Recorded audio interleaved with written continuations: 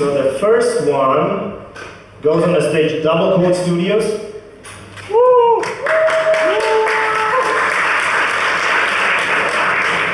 And the one after is Shady Asylum. So Double Quote first, Shady Asylum second. So hello everyone, my name is Ivan Kozman and I'm here to talk to you about our game Blood Will Be Spilled. So first off, let me introduce ourselves. We call ourselves Double Quote Studio. We are based in Bratislava. The studio was formed in May 2014. It was started by me and my older brother.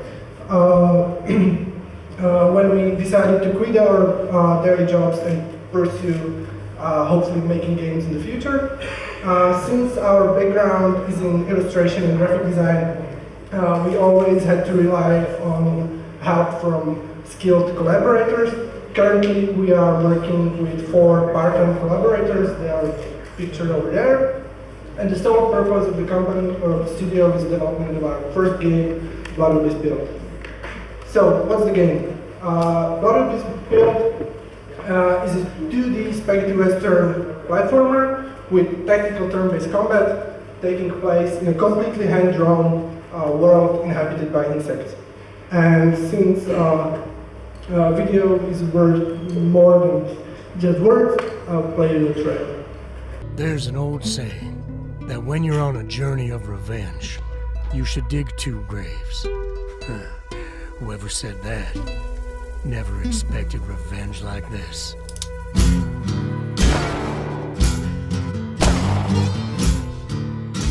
Calaveras.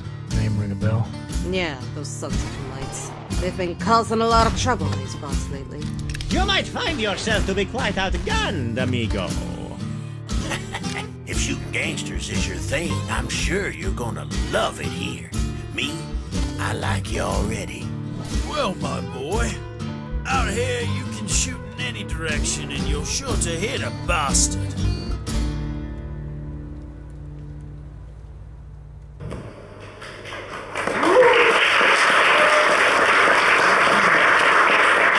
Okay, so to sum up what we just saw. So Blood Will Be Spilled, it's based on fully hand-drawn visuals. Our cast of more than 15 characters is fully voiced, with our main protagonist being voiced by Elias. I never asked for these 2 faces from the Deus Ex.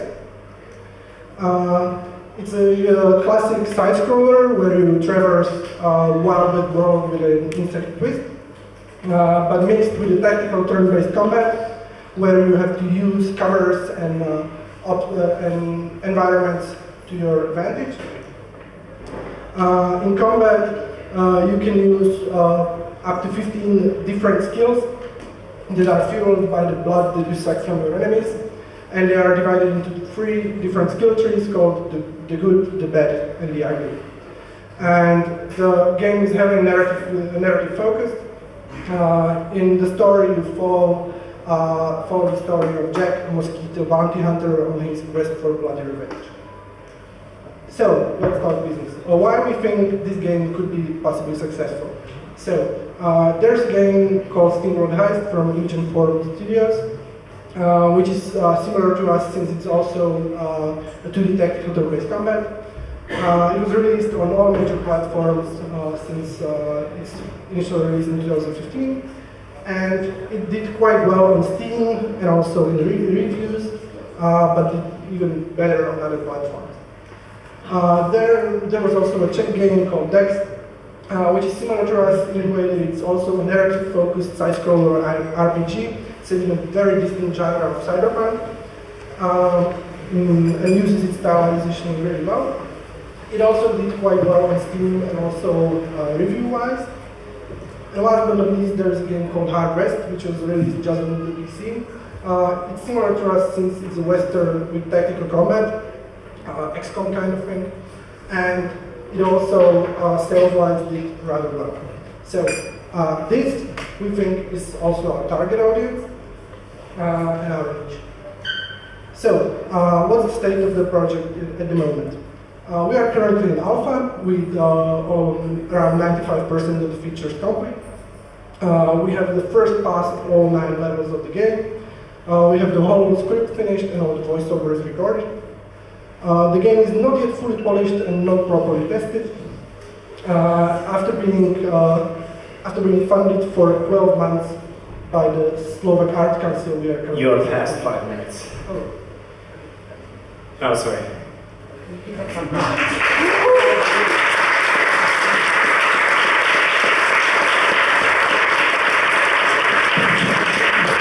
can finish with the last word of what you're looking for, and Okay. we can then take. We can give the word. Yeah. Okay. So what we're looking for is actually a partner or a publisher that will help us with things we don't know to do so well, which would be probably porting on other major platforms, helping us with reaching out to press, some marketing, and also we are looking for final funding to get the game market ready, so especially with localization and help with sound design and sound mixing, as we are terrible at that. So thank you very much for your attention. Thank you.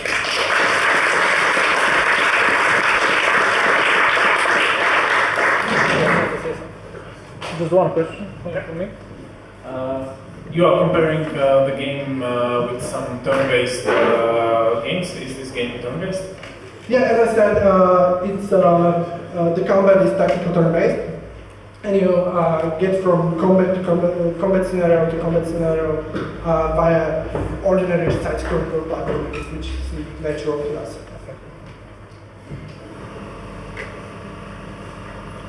Thank you. Just one more comment. I do like the graphics, I do like the voiceover. I'm still not sure about the narration. What about those insects? Why insects? Why insects? There was actually kind of like an artistic decision. We found, first off, there are not so many anthropomorphic games these days. Like this guy has a Jet Jack Rabbit shirt, and it was really popular back in the day, but there are not so many games now. And me personally, I'm also the animator of the project. I find animating of anthropomorphic characters much funnier or enjoyable than animating humans. And also, we drive inspiration from the themes from the insect world. Like the main character is on his quest for revenge, so he's out for blood. So it makes sense that he uses people or stuff like that. So we take inspiration from both worlds, like from the Wild West and also from the world of insects. Did any of those three references have insects? No, they didn't. That's our niche. Okay, thanks. Right, thanks everyone. Thank you. So, hi everyone, my name is Jan, and I'm here with my friend and colleague Alexander, and we're pitching our game, which is called The Offensive, and it's basically a 2D tactical strategy mixed with a town manager, or as we like to call it, an oppression simulator. This project was sponsored by Slovak Council of Arts, and we're glad for it, and we're actually starting our cooperation next Monday, I think, the 1st of July. So hi, my name is Alexander, how are you? So, who are we? As you can see, two good-looking and humble guys doing the best game they can. Jan over here is in charge of programming and I take care of visuals. Based in the lovely town of Poprad, beneath High Tatras, we've been trying to make it in this business for, I guess, 4 years now. We started from the bottom, now we're here. I mean, our first project was named Remedy Lost. Basically, it was a 2D action-packed platformer. Very ambitious project. We got plenty of people on board, which was a mistake, and we eventually failed. We learned our lesson the hard way, but it was a good one, apparently.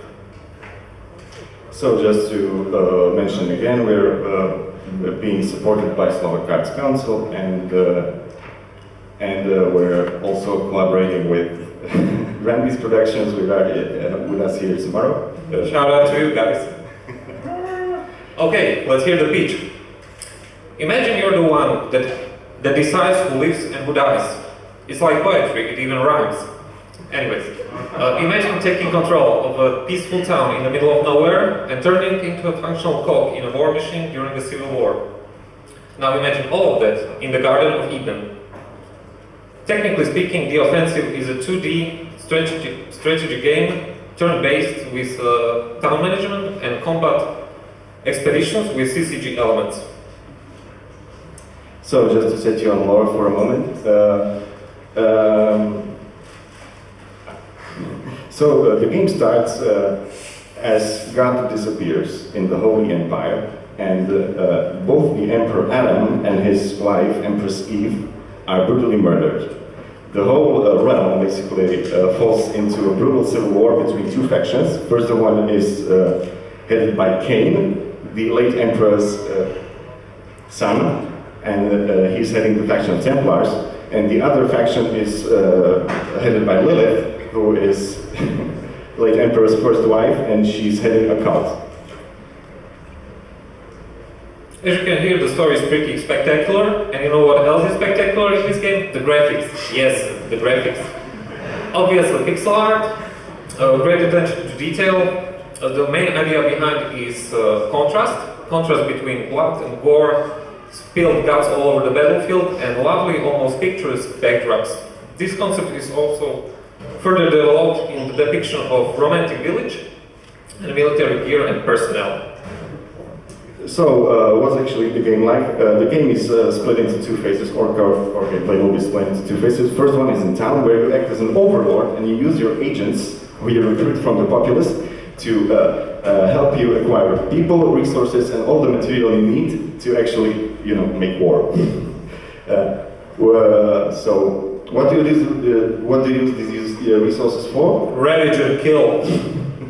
Yes, basically, this is the second phase of the game, where you take these villagers, you arm them, train them, outfit them, and bring them to combat expeditions, which are series of turn-based encounters, where you not only need to, just like in a classical tactical strategy game, move or shoot and stuff, you also have to take care of their mental health, or they'll break down, they'll cry, they'll run away screaming, or they'll just plain out refuse your orders.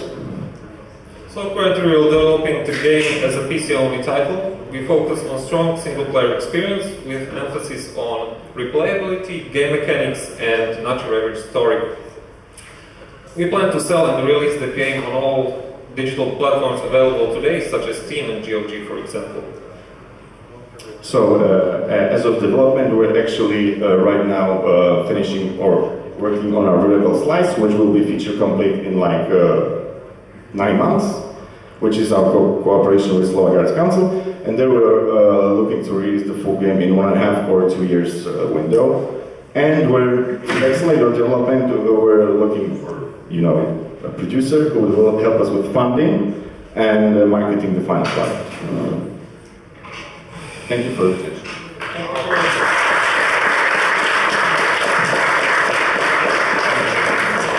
Julie, do you have any questions? Yes. Why pixel art? Because it's trendy now, and it's nice to work with, and you have to explore shapes in a really simplistic way. You let imagination of the viewer to complete the image. Understand. But we've seen so many pixel art, and it's hard to really stand out with pixel art these days. So if you thought about it, and if you are prepared for that. We are up to a challenge. I have a question. Do you have any reference title which you can say about their commercial success and their position on the market? Well, the obvious references are XCOM, so that's the same type of game when you have two phases split. And the other one would be, I think, Darkest Dungeon, which was an indie title released, I think, maybe 2 years ago, when you did also manage a town and, go with your heroes or recruit your heroes to complete quests in various dungeons. Both were pretty successful. Why the story? Do you have any movies or books references? Well, the story itself was a mix of like maybe 2 to 3 months of brainstorming and bringing different ideas, well-relatable ideas together. And we try to, take something which is similar to, for people, like the Bible, and twist it in a way where it's still kind of relatable, but different and with a weird twist to it.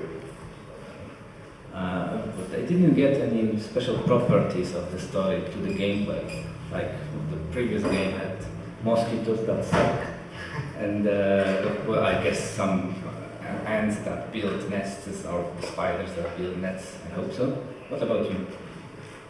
I'm sorry? What about you? You had a story with the God being gone, Adam and Eve came. Oh yeah, actually. Does it actually have any influence on the gameplay?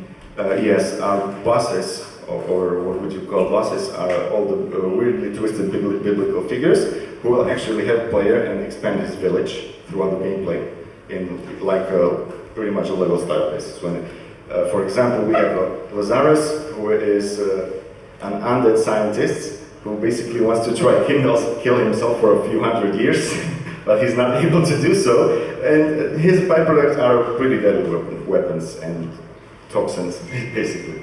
Okay, so it's more Bible inspired than yes. Actually based on any like split from the story. Okay. Good enough. Right, thank you guys. Thank you. Hi all, I'm Miroslav. I'm from Emerald Studio, and we created a game called Stupid Jump. What's this game? Okay, it's an endless arcade game. It's an endless arcade game that is based on stroop effect. It has a simple mechanics. You just click on the correct button. Example, when you click on the... Oh, I did something. Wrong button. Can you do something? Okay, let's continue. You just click on the red button and our character jumps to the red platform. Your counterpart, you attack against the time pressure and against your own brain because stroop effect fights with you, your brain, and you must find the correct path in our video library, and you must collect coins. Why coins? Because we have a ton of characters. Town is 21, but they are pretty nice, or I hope. And we made our market research. Our main audience are 13 to 45 male and female persons that like games like J-Run, Temple Run, Flickering Legends, Color Switch, or Subway Surfer. And I will show you our progress in this game. At the beginning, this is our artwork. Then it became a prototype. We balanced it, we changed a lot of game mechanics, we polished it to the current version. Here can you see how it's working. This is our latest version. And I will show you our statistics. We make a marketing campaign in the Philippines, also in Slovak and Czech, but our marketing campaign was mainly based for Philippines because cost per install is there a little bit lower. And you can see we have 612 installs and 570 from Philippines in 6 days. And daily active users are quite good, but you can see there are also people from Israel, Hong Kong, United States. I don't know why, because it was pitched just in Philippines, but there are also friends and I. It's luck, or maybe they were there on holidays. And we made it just because we wanted the retention. you can see our retention percentage. You can see at the end it's not so good, but we want to change it. You can see people like it, but there is not enough content in this game. And that's what we plan to do. We plan to add a roadmap and something like a PvP mode, the challenge mode, when you can challenge your friend or someone on the internet, and you try to be better or to jump a longer path than he. This is to make a better retention rate and that our players stay in our game for longer and have much fun. Okay. Thank you.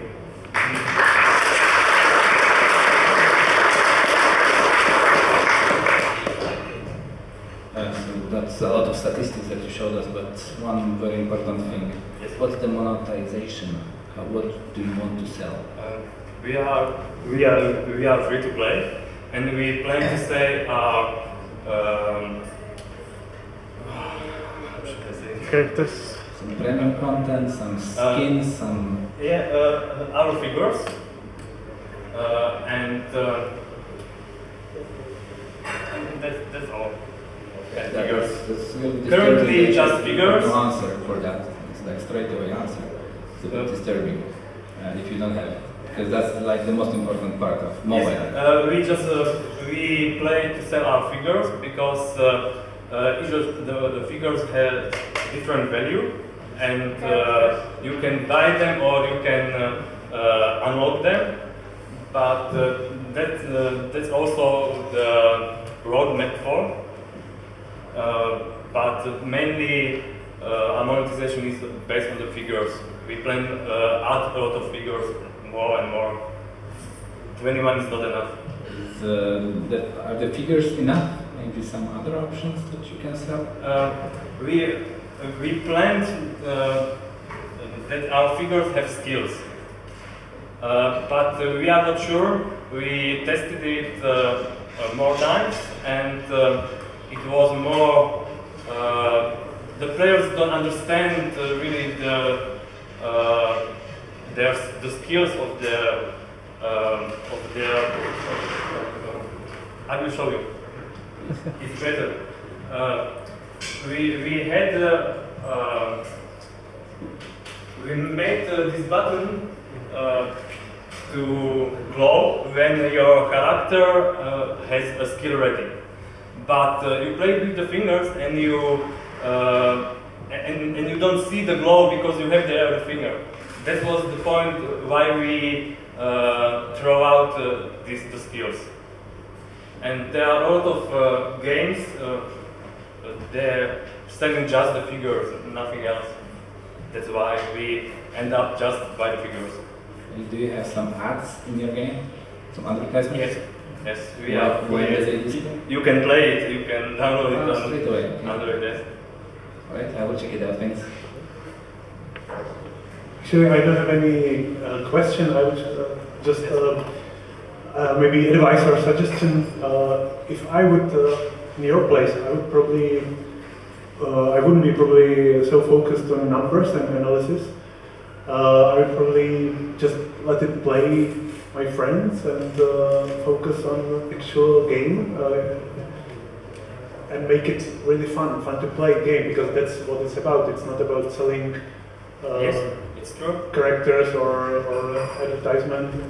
It's in the end, it's try it, play it, and you'll say it's fun. So it's really fun. But I know it's a trend to work this way, to analyze players, yes. What they do, the retention, and this kind of scary stuff, which doesn't have anything to do with actual fun. But what we do, we let it play our friends and observe what they are like, what they like about the game, and build from that. And you can think about monetization much later. That's just my suggestion. Yes, That's true, but don't forget, friends, don't say every time the truth. There's one little trick which is a very old one and well known, but invite your friends in couples and hide somewhere and let them play, and they will say you everything because they will talk to each other. And if they will hate the game, you will learn it. You can bet. I just also don't have that much questions. It's just like if you don't have convincing figures, definitely I would not state them in a pitching session because you want to sell your game, and if your figures are not good enough, which I think they were not, your updates can actually make the numbers worse. So just present the numbers if they are really like convincing or something like that. So. Okay, thanks. All right, thank you. Hello, my name is Aki Hamanik and I'm from Video Games. Just show my name. And I'm interested in our game, Porotou Castles. Sorry.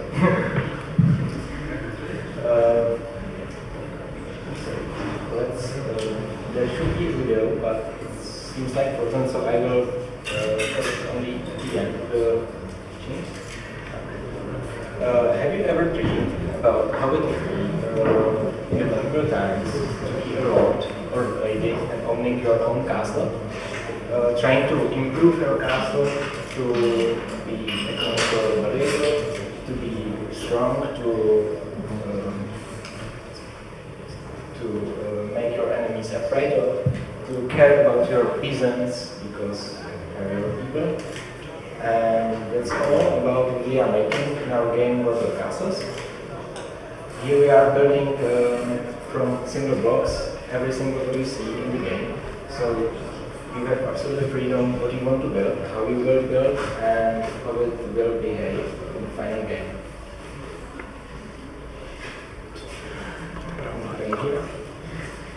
Here's, for example, such cathedrals you can build from basic blocks. And in complex, you can make almost anything from medieval times. Sorry, I'm not used to use microphone. So what is the core idea of the Porotou Castles? Here is a short sentence. We want to let players build your castle, to siege other one's castles, and to improve yourself from the fights. Let's talk about the parts. In the build mode, we want to make players build absolutely freely from the single blocks. You can build any shape of your castle, it doesn't have to be a castle, it can be almost anything from medieval times. We want to focus on the realistic statics. We do not want to make flying castles or something absolutely unrealistic. And what we want and what we focus on is no time stress, because when you are playing building strategies, you are forced to do some other stuff like train your army, destroying others, and beside that you are building your castle. We want to give you enough time what you want to design. The combat mode is the mode when you finish your castle, you will challenge your opponents and you try to destroy their castle or defend yours with your army. We want to again give full focus on the battle. We do not want to distract players from building and anything else. Just you command and you have to win the game. And player progress, because we want to make players play for a long time. So after the battle, you will get some rewards and you unlock new technologies and new blocks, and you get more honor to build with your castle from the king. So we entered the early access. It's almost a year. We are selling on Windows, Linux, and Mac. For now, it's 4 years in development, and we sold 2,000 copies. The most important thing is that there is absolutely no gameplay right now. There is just free building mode, and we are focusing on the gameplay during the early access. So it sounds good, but things didn't go well as we planned. Because we planned that we will sell 10,000 copies to pay the development with the combat, because combat is very strong, very tough feature, and we didn't realize that really all the problems we will find. So we realized that we cannot make it very soon. And we changed the basic mode to field simulation. It's instead of the combat, we will let players get the resources and build the castles with reasons. It's something like damage, for example. It will be very easier. Yeah, the 5 minutes is. It's just hard. Yeah, if you can wrap it up, what are you looking for, and what's your goal with the game? If you can wrap up the presentation and say what are you looking for from the pitching. Yeah, we are looking for various things. Most important for context, because we, for example, are well known for media. We also looking for other game developers, because we do not know many of them, and the community is strong. And also possibly even investors, because this is quite a huge project and we never know if we do not need any injection, do not end it catastrophically. All right, thanks for the pitch.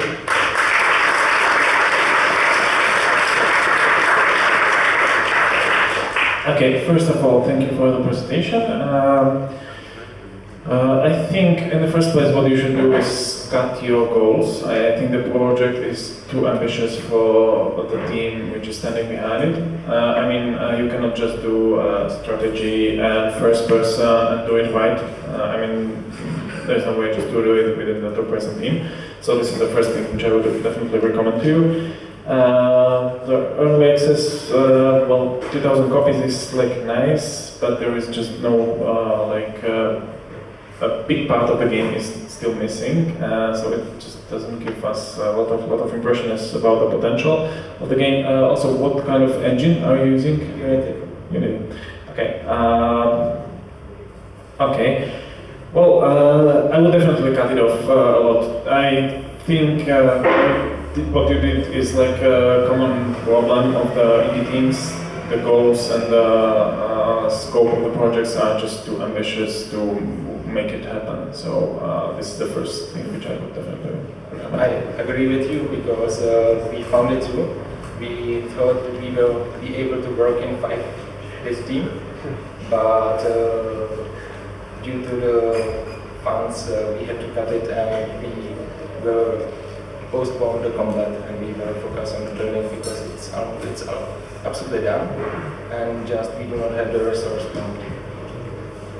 Like, reasons doesn't get the resources. Yeah, I agree with both of you now. I think it's just too ambitious. And I would also appreciate only the building part without any gameplay at all, just the sandbox. I think many people appreciate building castles on the beach, so maybe they could continue at home and make something nicer. And if you allow them to build a really beautiful castle, maybe that's enough. You don't really need to build huge, ambitious game at this point. Of course, in the future you can always expand it and make it bigger, or add some more gameplay. Just a quick question. You certainly know medieval engineers, so can you maybe just highlight the differences between those two titles, because it looks like it's identical copies. So it's a lot of the same, because we start making like Space Engineers inspired game before even they announce it. But the differences in the combat itself, they do not have competitive two players doesn't have to prove they are better than others with their castles, and we are having more detailed blocks. We do not have they have very limited small blocks from which you build almost anything, but we have more like bigger rebuild blocks, like whole cathedral, so it's much easier to build something which looks better. So you were from here, the three of us saying the same thing, that it's too ambitious project, too large project. For just two of you guys, you spent already 4 years developing this, and this doesn't look like you're coming to an end. But actually, it is enough to make just a castle building game. I guess some people just don't like to see their things getting smashed, some other armies. But yeah, again, you need something to put you apart from other games, like medieval engineers and Stronghold. This is just looks like Stronghold with 3D with no sieges, right? So I wonder what you can put here, and that requires a bit, I think, quite a longer thinking. But maybe you thought it out already. Please say it again. Yes, we changed the combat to the Stronghold type game. Like there's a in Stronghold non-combat mode. You just build your village, and it will be safe for the beginning, and you later add combat with more points. That's it. Okay, thanks. All right, thank you for the pitch. So yeah, hi, I'm Slava from Ruby Camper Studios. We are just okay. So we are just small starting emerging studio. The main about us is just 2 people and a dog. There's the rest of my team. And yeah, this is our second game we're working on. So we have some experience, but the first game wasn't successful, wasn't released. But we tried to get somewhere with this game, so this is the game I'm gonna pitch.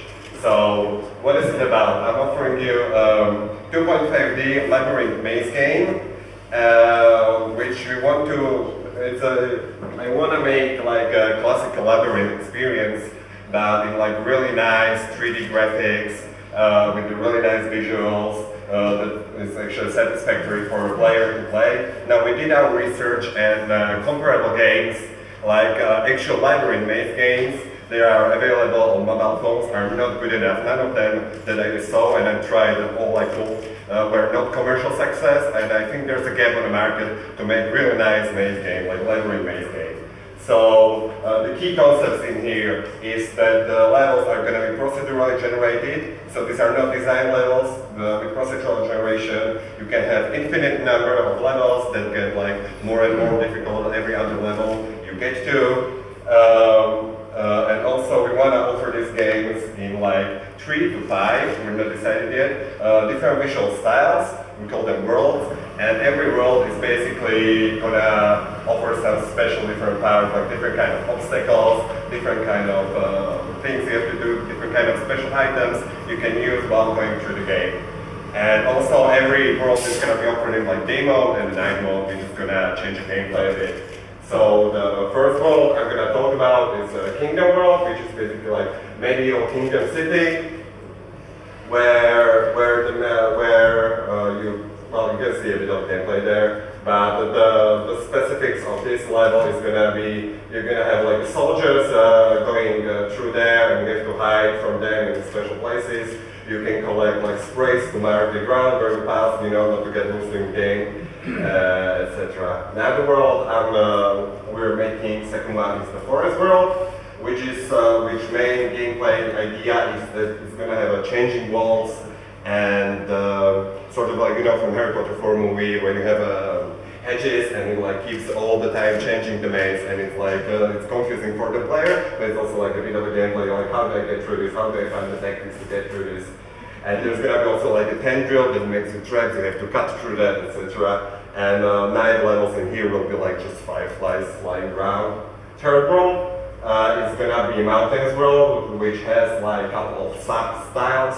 One of them is like rocky mountains, one of them is like snowy mountains, and the 9th level in here will be like a cannon. And the main gameplay specific of this thing is that we have like these ice slides remind of other games like like Pokemon, I can think about Game Boy, but this concept was used in other games before, so you have to finish sliding somewhere, because this maze is going to be full of that. There's going to be some holes and some planks you have to use to get through that, some traps, etc. Now, fourth and fifth world we're thinking of, but I'm not going to get into detail, that is a jungle-style world and desert-style world. And we have some special obstacles and things planned for these worlds too. Now this is all going to be presented in a basic world map that's in a hexagonal shape, but this is just like my programmer art, so it's going to look very different. But it's going to be ever-growing map because the levels are infinite in every section, so it just keeps growing and growing and growing. And yeah, so the distribution model is going to be a freemium game, obviously, like it's usual for these games. It's primarily for mobile phones, so iOS and Android, very possibly for tablets, but we don't have plans to make it for another platform. I think these platforms is where it's going to work best. It's going to be financed by advertisements and by buying stuff with an in-game currency, which includes buying early access to new worlds. So if you're starting in one world, that's a kingdom world, you want to try different ones, you have to go through many levels to get there and to open it, or you buy an early access. Also, you can buy some items that's going to help you, or some fun items to make the gameplay more interesting. You can buy new characters and customize the game a bit. That's where the money should come from the players of this game. Now this is a small game. We just started, we came up with the idea in January. We did some prototyping, some testing, some planning in February, March, and is that there? Yeah, that's the time. Yeah, okay, I'll skip the roadmap. So basically why we're here is just, we just been working for a couple of months. So just to know the community that we're making this and just to get contacts, and eventually we're looking for some publishing. I mean, we can finish this game. We are doing it as a hobby. It's not a big game, as I said. It's not like we have to get some money invested to get it finished, but we want somebody to help us to get into the world, to take care of the marketing and of all the rest. Yeah, that's it. Thank you.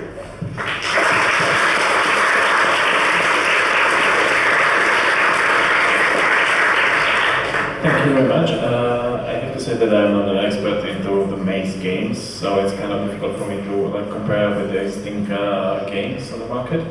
But however, what I found is like the monetization of the game is like weak, in my opinion, to get real interest into the some kind of investors or publishers, because just getting an early access to the worlds, I don't think it may be enough, in my opinion. You just, I think, should think more deeply about the monetization model and how to bring in the money from the players, because I think that's really not enough. I have two questions. The first one is how do you control the main character? Is there a virtual joystick? It's just like where you touch the screen, there it goes. Like there are special buttons which have effect, but the rest of the screen is like the direction you go. So there's not like a virtual joystick, it's just so like the whole screen is joystick. Okay. So the main character is still in the center of the screen? Yeah. Okay. And the other one is what do you expect from the publisher? Also funding or? No, we're not looking for funding. Where we feel that we're happy with the exertion music. We have to still think about who's going to do the music for us. But in terms of development and like all the stuff, we are happy to finish the games on our own. I said it's a small project. We don't want to make it bigger than it needs to be. What we expect from a publisher is it's somebody who sells the game, who puts it on the market, who has a good name, and who can make advertisement and the marketing. Basically, that's what we need. Yeah, I'm just curious if you really need the publisher, and I still I know wonder this is kind of if it's project that will be self-published, but I think if I get a good publishing, you know what publishers will do with the game which is not successful right away. They will kill it. And you are screwed. So maybe sometimes it's good idea to consider if you maybe could publish it yourself, and you'll learn a lot of things, and maybe next time you'll be wiser. Another quick note, I think as you're considering this is a free-to-play game, this means like you have to have the numbers to get the players and daily active users and all this kind of measure numbers to make the game viable for the publishers, which maybe you have had some kind of analytics in the background, but you didn't present it, so it's like a missing piece of information to kind of make it a business model. So this is something which you should think about. Also, you said that there is a difficulty increase over the progress of the game. Is this difficulty increase increasing the size of the dungeon, or is it like a more sophisticated method to increase the difficulty of the game? Well, it's sort of both. Like the bases are gonna grow a bit, but there's also there could be more obstacles, more like enemies like from more difficult. The special parts of every maze I spoke about. It's like a combination of that. I mean, we're gonna have an algorithm that's gonna calculate how it's gonna get more difficult, and we'll see how it works in testing phase. Another question, but maybe a suggestion actually. Why not Steam? Well, I'm not sure if this game is going to work well on computers. Right? I'm not saying no to different platforms, but we are focusing on mobiles. But maybe if it proves on testing or something, I mean, we're working in Unity, it's easy to port to computers and as well, and we're going to test that. If it's going to be proved that we can use that, then we're mainly going to go for that as well. Okay, so, well, for first impression, I thought that it might be not a mobile game. Okay, for your game, that was the first impression. Is obvious it's a mobile game. Okay, and this is actually what people think also. Like they can say it's a mobile game and they're gonna pay it only on play and pay for it only on mobile. In your case, I'm not so sure. Maybe you can make it a bit bigger. Actually, you are on the borderline of going to Steam, I guess, and it doesn't look so obvious for Steam. Actually, when I have a question to the audience, who thought it's a mobile game on the first impression?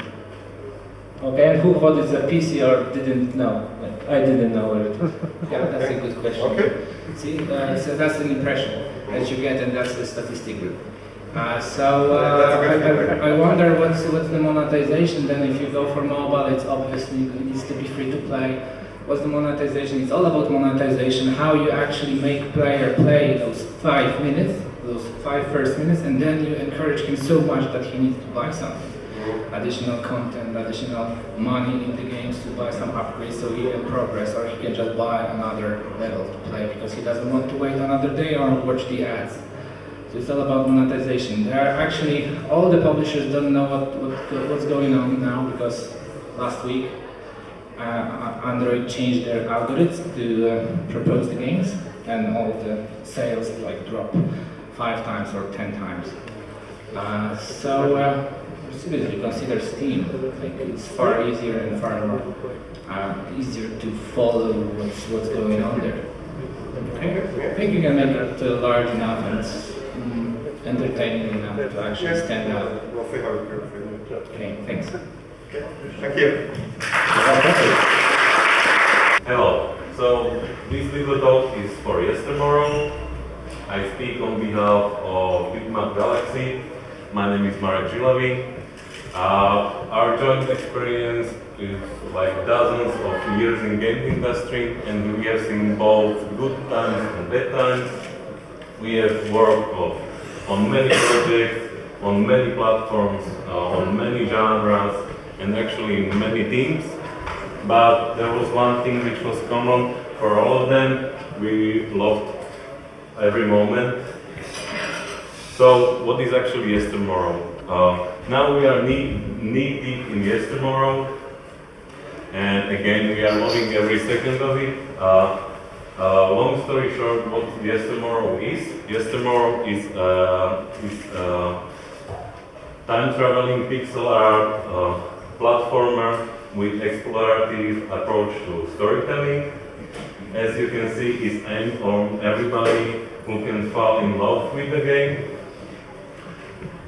And it's primarily aimed to be released on Steam, maybe in some bright future also for Nintendo Switch. But that's not the most important part. The most important most important part is something different. So again, what is yestermorrow? After 10 years in game industry, I realized that creating stories is like trying to find windows, and when you find them, you can open them and you can see a different world. And then you just write down what you see.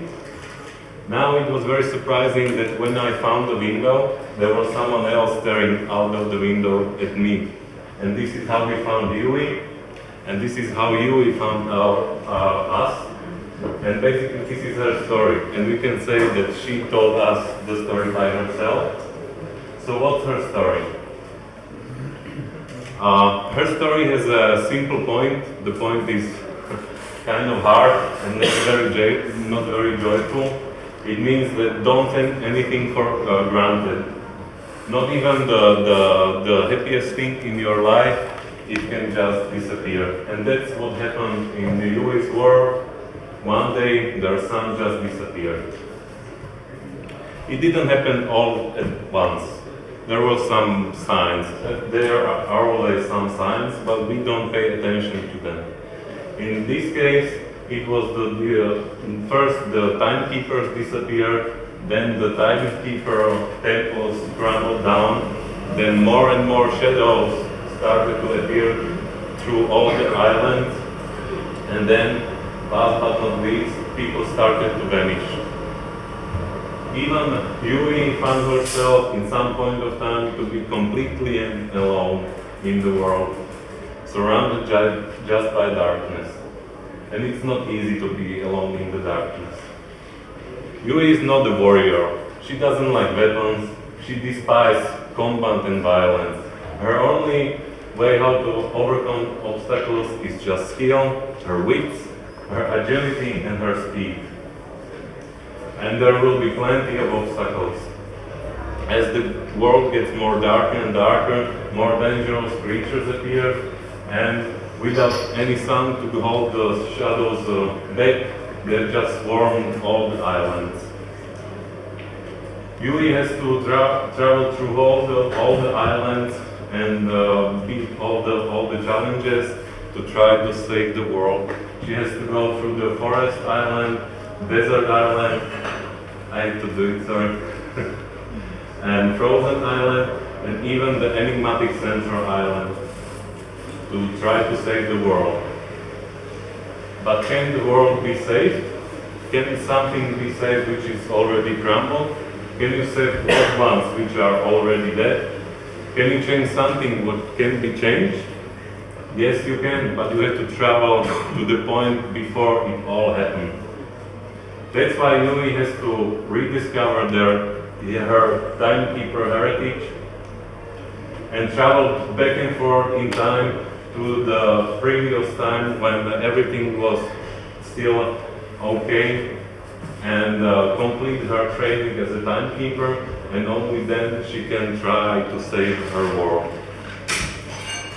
Maybe the most the hardest thing for her is not to stay in the time of her childhood, in the past, and to return to the present when she has to face the darkness by herself. But she doesn't have to be just herself. It can be also with you.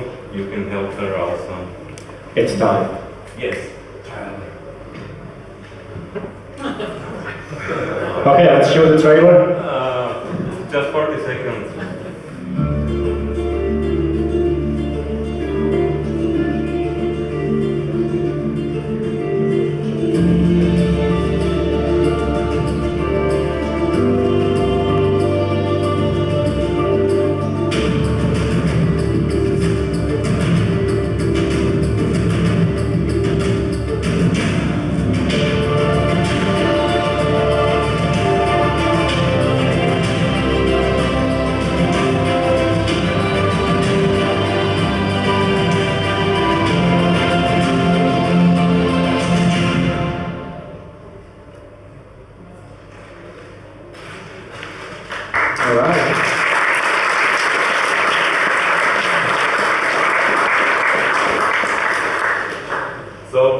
Just to wrap it up quickly, the game is divided into 4, let's say, chapters.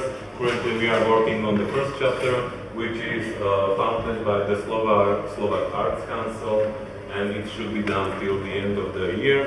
And what we are searching for is a wise publisher.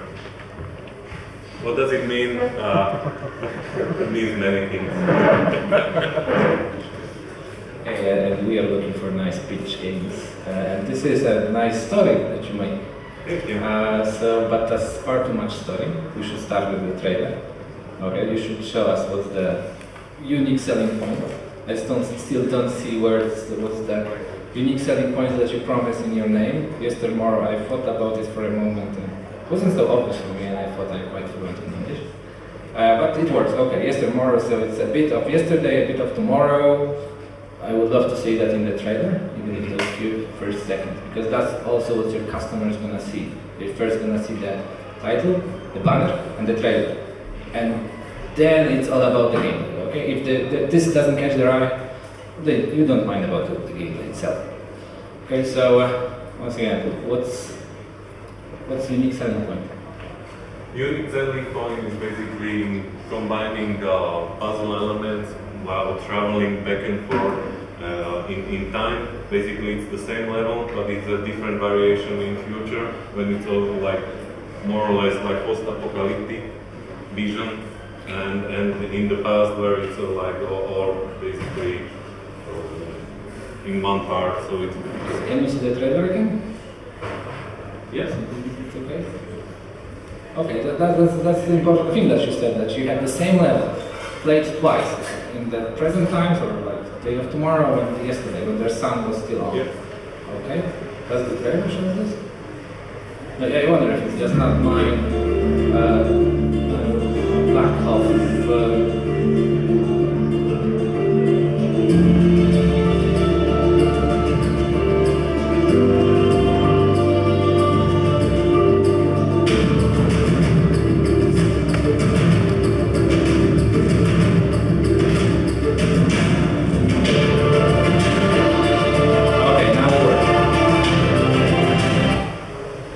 that was just like 1 second, and it was in the middle of the trailer. Yes. If you could start with that, like present day, back day, like present day and before or tomorrow, what's going on? And that must be obvious.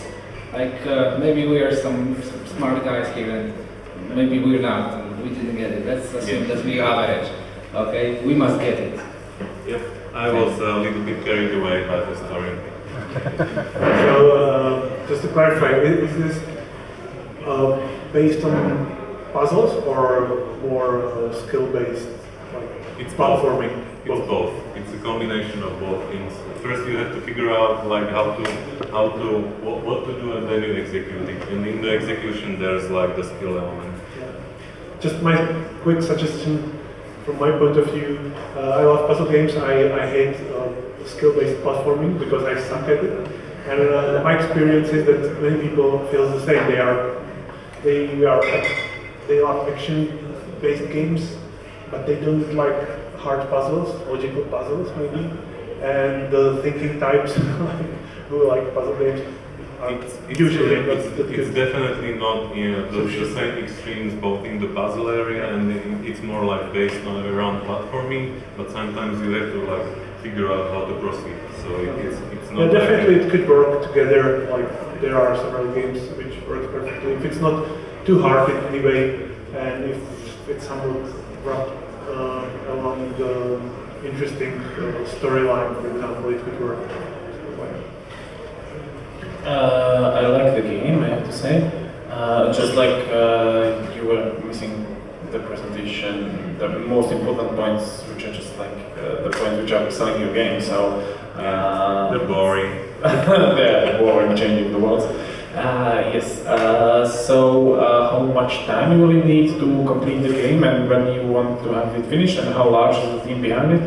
As I said, like right now is all the infrastructure, like the technology is done, and we basically have a level editor. Right now we are still working on all the like tiles and assets, and till the end of this year, basically till October, I think, or November, want to have the first chapter of the game done. So basically the whole game like should be done till, I don't know, maybe half of next year. It depends. It depends. It's hard to say right now. One more thing, you said that it's for people 10 to 40. What do you have against older than 40? Because when it will be released, I will be 40 already. I don't know, you only asked for the target audience, so it's out of my hands. Many of the things she asked for them, so it's like my hands are tied. Thank you for the pitch, the man in the beautiful shirt. Hi everyone, I'm Dana, and I'm here today with Studio Boldly.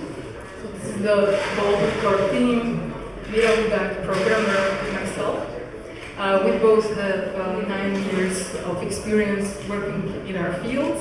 Miro is an iOS developer. Sorry, this is the first mistake. And I'm a visual artist, so I create artwork, character design, and I'm also an animator. Miro and me, we met in our early 20s, and then we met again in our early 30s, and we created this game together. This is our first game called Vulcanist.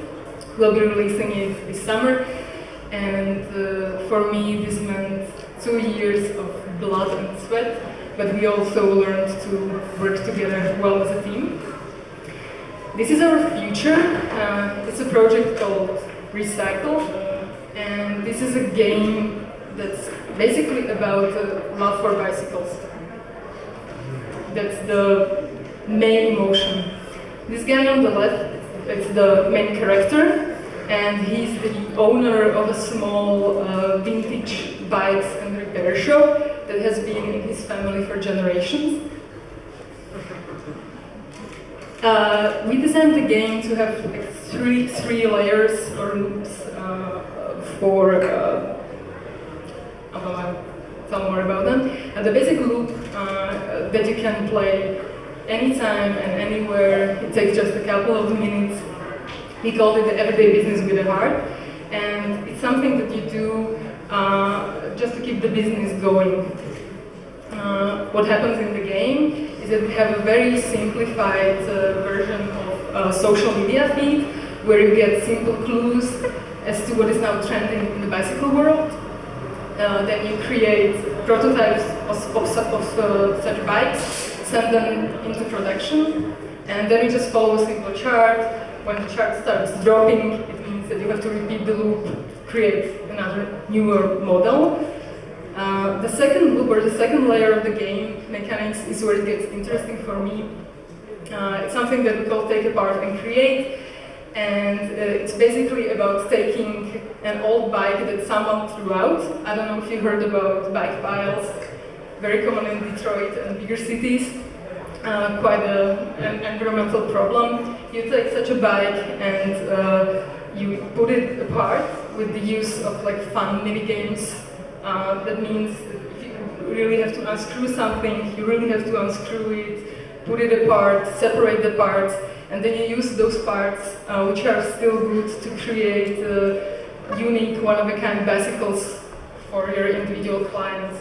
This is kind of an important idea for me, that we don't have to really throw all the old things away, we can give them new life.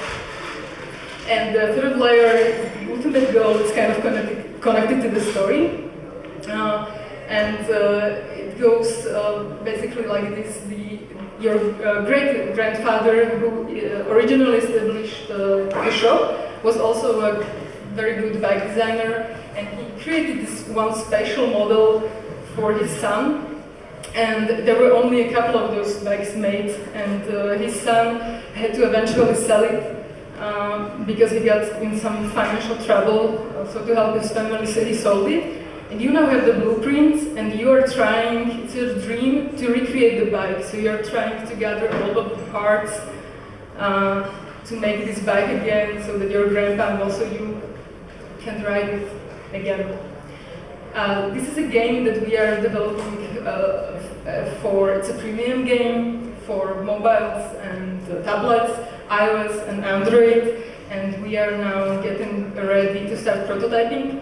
So we should have our playable prototypes at the beginning of the September. This is a game for people who love bicycles and who are hobbyists, who like to put apart things and then create something out of the parts, maybe give it a new life, and who also want to experience like small business ownership in a safe way. We are looking for possible partners and partnerships, not only in investments, but also with the know-how of our industry. Thank you very much.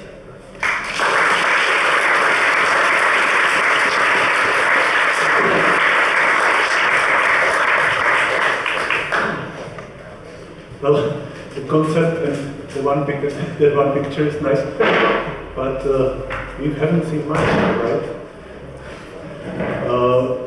What is gameplay-wise, and what's the art? And actually, we haven't seen anything, to be honest. Yeah. Okay. I understand. Well, what can I say to something like this? It's true. This is all that I have at the moment. So I'm bringing all that I have. I think this was just too little to even go to stage with that. I think you can show sketches with the gameplay ideas and things like that, but we don't know really nothing from this. Just the core game concept idea, and well, it's too little. Yeah, I accept it. I can. Exactly. Sometimes all you need is just a fake screenshot that already explains the gameplay, and you didn't see that. So. Fortunately, but maybe you can say something about Vulcans. Yeah, what are you interested? Well, what is it about? Like base concepts. Yeah, it's kind of an experimental game. We also have been supported with our Arts Council, and yeah, the game consists of three different mini games. And the game actually aims on that it tries to be helpful for people who want to be more mindful, who want to learn to meditate, and who want to learn how to relax by themselves. So I don't know if it's like maybe we'll be introducing it next week on Festival Pogoda, so if you're there, come check it out. Thank you. All right, thanks for all the pitches.